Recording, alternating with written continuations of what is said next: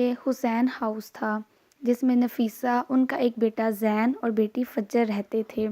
ان کے شوہر حسین صاحب ایک ہارٹ پیشنٹ تھے جس کی وجہ سے ان کی ڈیتھ ہو گئی تھی۔ اس وقت زین 22 سال کا تھا۔ وہ حالی کے حقیقی سے جا ملے۔ زین ایک بہت سمجھدار اور ہمت والا اس نے اپنی ماں اور بہن کو سنبھالا۔ والد کی وفات کے بعد اس نے اپنی پڑھائی کے ساتھ ساتھ گھر کے اخراجات کو بھی سنبھالا اور بہن کی تعلیم پر توجہ دی۔ زین جو اب 27 سال کا تھا، صاف رنگت، سیاہ آنکھیں، ریشمی بال جو اکثر ماتھے پر ہی ہوتے، اچھی جسامت، اونچا قد، خوبصورت نقوش، بالکل اپنے بابا جیسا۔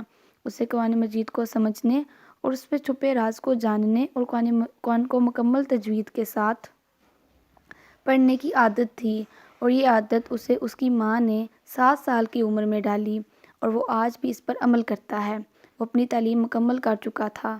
اس نے MBBS مکمل کیا، پھر ہاؤس جاب کے بعد سرجری میں اسپیشلائزیشن کی اور اب وہ کراچی کے ایک اسپتال میں ماہر سرجن ہے۔ اس کی ایک چھوٹی بہن فجر ہے جو سب کی جان اور آنکھوں کا تارا ہے۔ زین جتنا سمجھدار ہے، فجر اتنی ہی شرارتی چلبلی ہے۔ دونوں بہن بھائی میں زمین و آسمان کا فرق ہے، مگر ایک دوسرے میں ان کی جان بستی ہے۔ فجر نے کراچی کی ایک مشہور یونیورسٹی NED میں داخلہ لیا۔ اس نے کمپیوٹر انجینئرنگ میں داخلہ لیا جو اس کا پسندیدہ سبجیکٹ ہے۔ ساتھ ساتھ شام کو اس کی کلاس اس کے بھائی کے ساتھ بھی ہوتی ہے۔ ارے ڈانٹ کی کلاس نہیں بلکہ قرآن کی کلاس، کیونکہ دنیا کے ساتھ ساتھ آخرت کی بھی تیاری ضروری ہے، اور پھر یہ دنیا فانی ہے، اس کی ہر چیز فانی ہے، سب ایک دن ختم ہو جائے گا اور اس کا انکار کوئی نہیں کر سکتا۔ اس دنیا میں اللہ کے منکر تو مل جاتے ہیں مگر موت کا منکر کہیں نہیں ملتا۔ ارشاد ہے کل نفس ذائقۃ الموت، سورۃ آل عمران 185۔ ہر جاندار موت کا ذائقہ چکھے گا، اس لیے جب تک توبہ کے دروازے کھلے ہیں لوٹ آؤ اس خدا کی طرف جسے تم بلا بیٹھے ہو۔ وہ رحمان و رحیم ہے، وہ تم سے سوال نہیں کرے گا، بس تمہیں ڈانپ لے گا۔ ابھی بھی وقت ہے، لوٹ آؤ۔ ایک واحد کتاب ہے جو انسان نے خود لکھی ہے، اور وہ کتاب اعمال کی کتاب ہے جو انسان روز قیامت کے دن خود پڑھے گا۔ میرے اعمال کی کتاب ہر روز لکھی جا رہی ہے اور دل اس دن کے خوف سے لرز جاتا ہے جب اللہ تعالیٰ خود مجھے وہ کتاب پڑھنے کا حکم دیں گے۔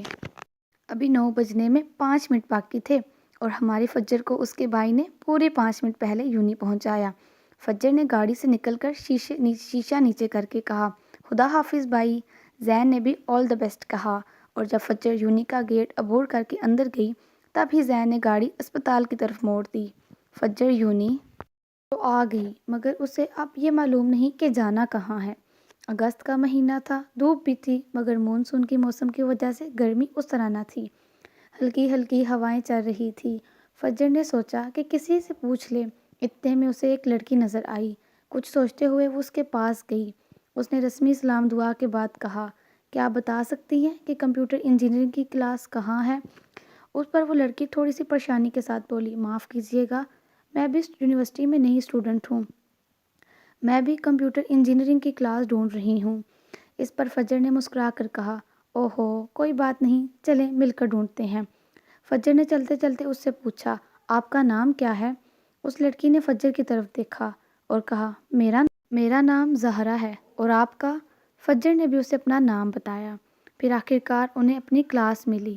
فجر کو وہ تھوڑی سی عجیب لگی، خاموش مگر شاید یونی کا پہلا دن ہے اس لیے وہ تھوڑا کنفیوز ہے۔ اس نے یہ سوچتے ہوئے سر جھٹکا آج پہلا دن ہے اسی لیے آج اتنی پڑھائی نہیں ہوئی۔